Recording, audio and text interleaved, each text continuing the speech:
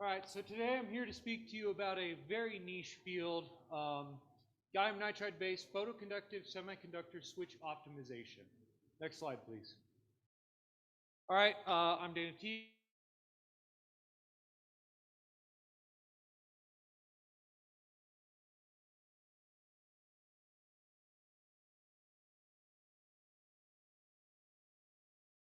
Working with Sandia National Labs, and I just want to point out that was a world first for that mode of operation. And I've got 4 patents, or provisional patents. They're all fully filed. So 4 full patents, soon to be 5 filed related to PCSS innovations. Next slide. All right, the innovation, it's kind of a suite, so to speak. One's an integrated trigger photoconductive switch, and this is just packaging it, the power contacts, and the optical trigger. Another is to improve the optical efficiency of the switch by placing it in a stable cavity.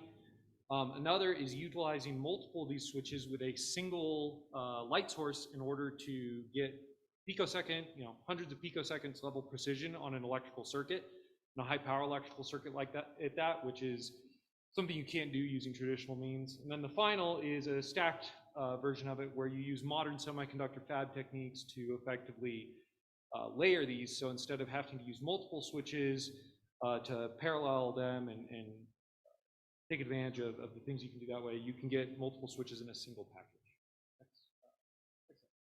All right, what are they?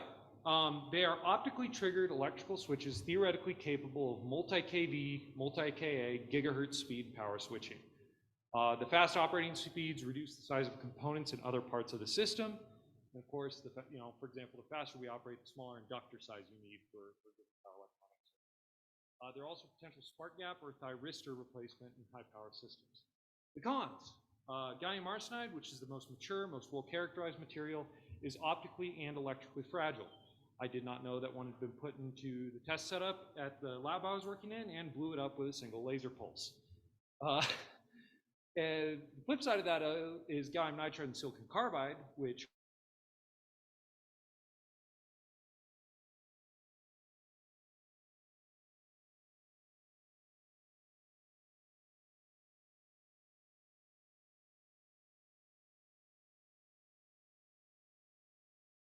electronics, a lot of your laptop chargers are like that now. The other downside is for PCSS is they have high on-state resistances, which gets back to the motivation behind some of my patents. The on-state resistance for current devices is measured in ohms, rather than the milli or micro ohms you need for a power electronics device. And then this is the big kicker, the part that nobody really likes. Traditionally, the laser required for operation of these is lab bench sized. The lab I was at Sandia, there was a lab for the switches, and you had this tiny little switch, about, I don't know, half the size of a grain of rice. It was, look how tiny my switch is. Don't look at the room next door where the laser to trigger it is. Next slide. All right, applications again, high power, high speed electronics. The switch is limited in terms of speed and responsivity by the carrier lifespan within the switch. Not to get too far into the weeds, but it's basically the dumbest switch in existence. You are using photons to knock electron hole pairs out of the valence band into the conduction band, thus conduct electricity through the material. Very simple. Just takes a lot of photons. So one of the big commercial sector markets could potentially be fly-by-light, which is the idea that, hey, we're doing all these more electric aircraft. RPE's got their Ascend program, which is a fully electric business jet. Wouldn't it be great if instead of low voltage control circuit on the wings that are vulnerable to EMI, EMP, we could instead control those using optical fibers, right? And all of a sudden, your life gets a lot easier in terms of operation and airworthiness. Another potential option, this is a ways further down the line because it's an infrastructure change that's impending. China is way ahead of us on this in terms of putting in the high voltage DC transmission grids because for long distance energy transmission, there's some real advantages.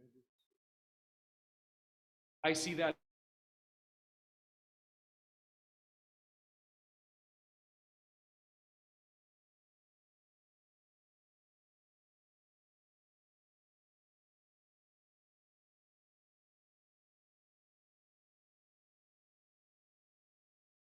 next slide. All right, just a picture from one of the patents. This is sort of that integrated device. For some reason, Nobody in the last 40 years, people have been thinking of these, had thought about actually packaging them to be used outside of a laboratory. So I went ahead and threw this in. Big picture, this is just, hey, really cool switch. Let's make sure it's in a box that's electrically isolated, that has power connectors, and has the optical trigger integrated with it, so you're protected from contaminants. This one was inspired by my laser work, and this gets back to the, hey, don't look at the laser in the other room. And because the problem is, if you go with above bandgap light, the transmissivity of the switch is high enough that you might only absorb 1 or 2% of those photons on your first pass. So your efficiency in terms of getting electrons to travel across, to conduct charge across that device per photon you put on it is really low. And I realized, wait a minute, I work with a bunch of laser guys. What if I just stuck it in a resonant cavity, and that way the light bounces back and forth through it, and with a small cavity, I can get hundreds of passes in the span of picoseconds.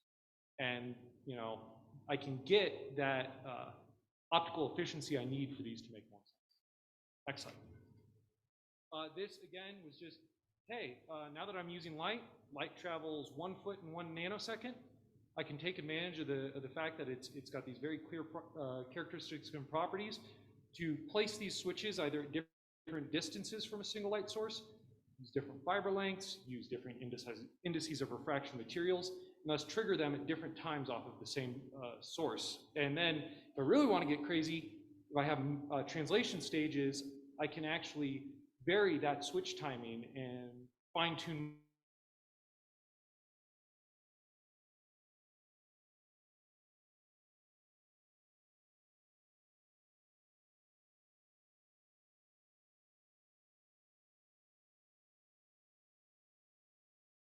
devices, which makes your optical layout in order to trigger them simultaneously really difficult.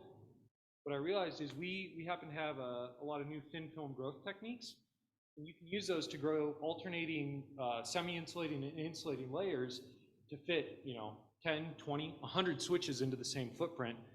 And then you get to take advantage of the fact that they're all in parallel anyways, which drives down your overall resistance. And one final piece on this. Talking to some people who know way more about semiconductor fab than I do, including in conventional electronics devices, it turns out that the interface layer between those insulating and semi-insulating layers has something that's known as a quantum weld defect, and it can actually enhance charge conduction. One of the companies I was talking to said they'd seen like a 20 to 30% improvement in device conductivity in their conventional MOSFETs where they leverage this effect. Next slide. Current status, 4 patents, 3 granted, 1 pending, and then a phase 2 SIBR in progress with AFRL RQ. The final product out of that should be an optically controlled switch module capable of switching 1.2 kilovolts at 10 amps. That's just proof of concept device, kind of saying, hey, we can actually do this. Then I'm actively looking for people who want to push this field forward.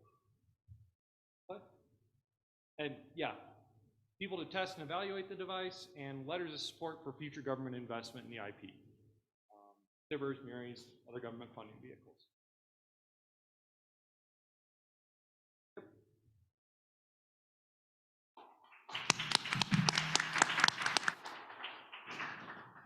Great work, Dana. Couple of quick questions. One is, have you looked at, I know certain mass specs need high voltage fast switching, and so there may be some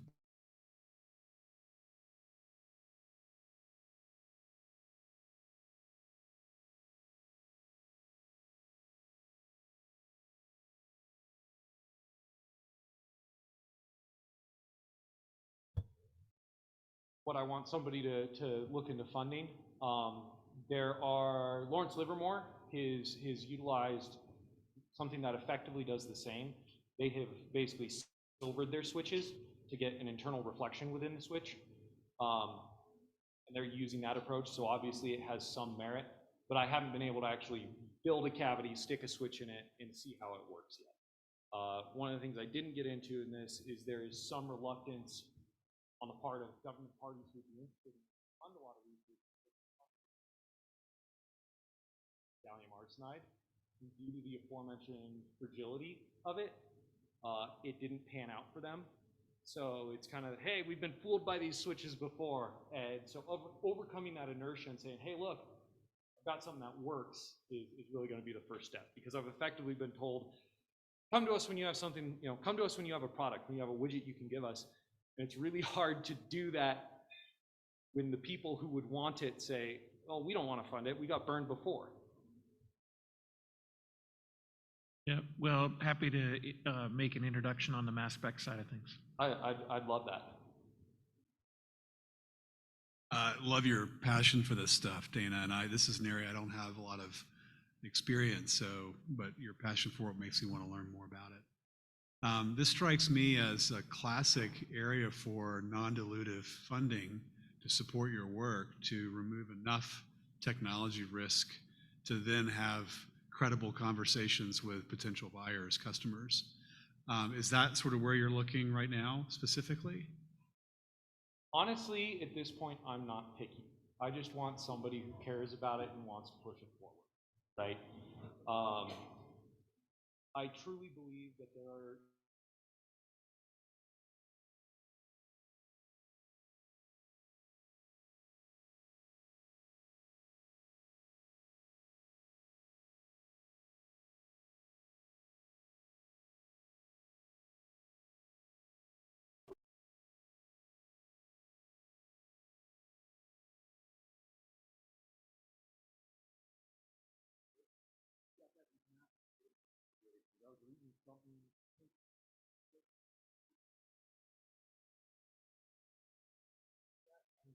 insanely expensive tons of components.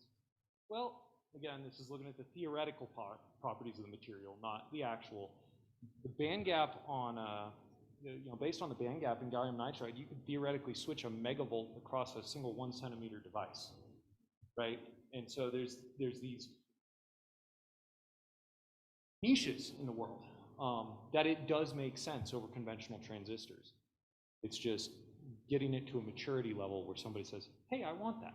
One of my collaborators with RQ, because RQ was not AFRL RQ, because they were one of the groups who were not burned by previous efforts in the pulse power community on these switches.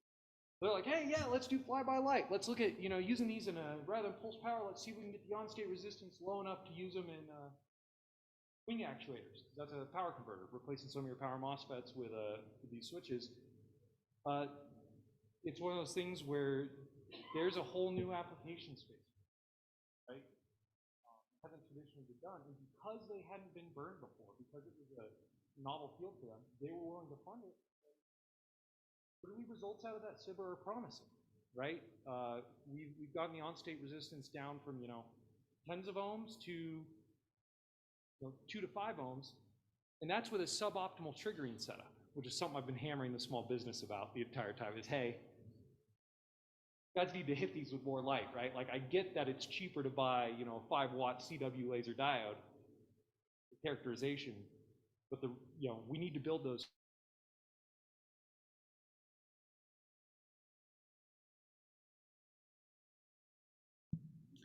Thank you for all of this. This is really fascinating, and it's really cool to see the patents that are coming out of your work. I think that's super commendable. But as I start thinking about all the patents that you're having in the different areas and the ones that you're prioritizing and saying like this is the one that you've put the most passion into, I'm curious about how as you continue developing this and carving out who would be your customer, how would you prioritize like feature developments, amongst your patents and amongst the, the different areas you can kind of go with this? So that's a great question. And I think from a proof of concept standpoint, I think the first step would be to prove out that optical cavity summary, because that's a really low-hanging fruit that can be used. Once you prove that out, it's pretty easy to come up with a design that, can be manufactured. After that, I'd say, hey, look, I already really improved the optical efficiency of this, 90% of the light instead of 2% of the light. Then I'd probably want to see if I could get somebody to fund that thin film growth concept, because I think that's going to be one of the other key enablers, because you get that packaging efficiency, that 1/R for the resistance, all in parallel. There's a lot of knock-on effects. I'd actually put the fully integrated package as the final thing to add to that because until the other two are proved out, there's no real point in boxing it all up and putting a bow on it. So yeah, optical cavity, then the thin film, then integrate them together. And finally, once you've got the widget, you've got, you know, your power, your optical trigger and all that, then you can talk about doing, you know, multiple switches in a single package with one light source and using the path length differences. And this is an area, these switches are an area that China